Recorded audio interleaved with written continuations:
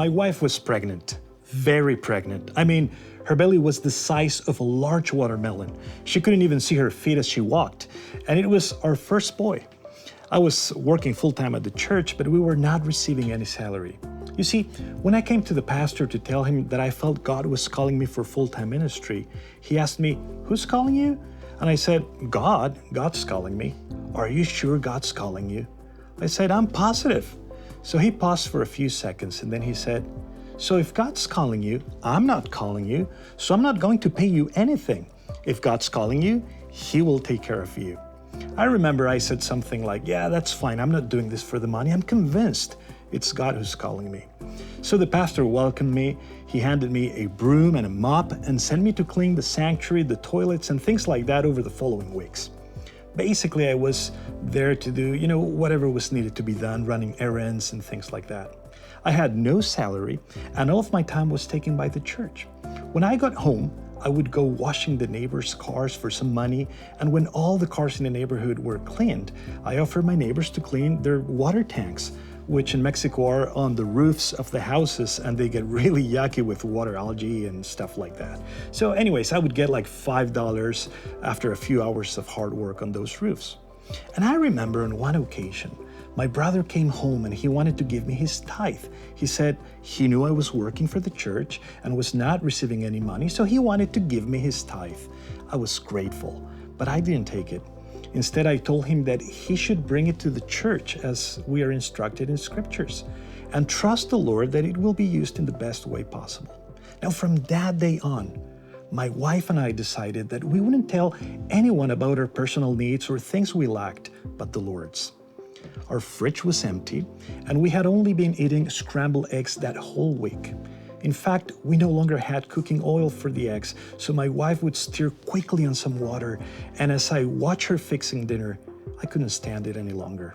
So I went to her prayer room by myself and I cried before the Lord. I couldn't understand why we were not being taken care of by God. I said to him, "Father, if I was working for a secular guy or a businessman and he saw our needs, he would be moved and help us. How come I'm working for you, the King of Kings, and we are in this way? I don't understand."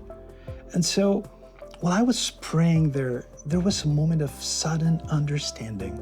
I can't explain how, but there was this thinking that God was there with us and that I needed to trust Him.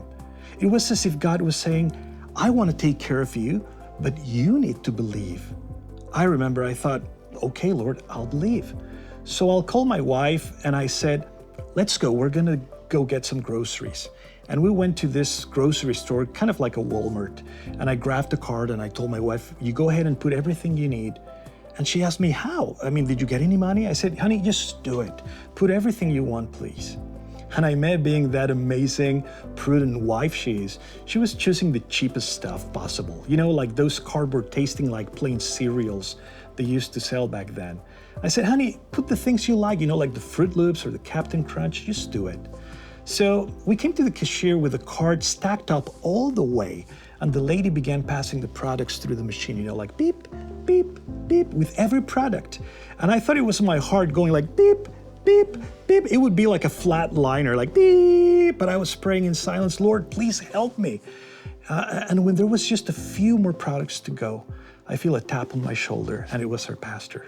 He says, "Hey guys, how are you doing?" "Oh, we're doing great, just doing some grocery shopping."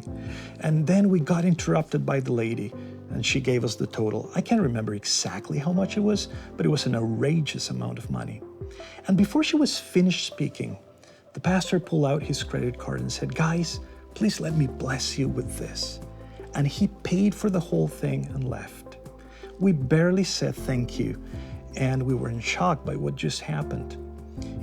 It was a crucial moment in our lives where God shed His light on one of the cloudiest moments in our walk of faith. But it was also a moment where God showed us His faithfulness and helped us understand better that He is in fact looking after us. We've never done that again ever since, but God has provided in amazing ways for our family throughout the years, and even with our children in university and the challenges of growing less young, we would never trade serving our Lord for financial security or anything else. The God who shone his light into this world with the coming of his only Son will shine his light in our hearts and give us understanding in the warmth of his grace.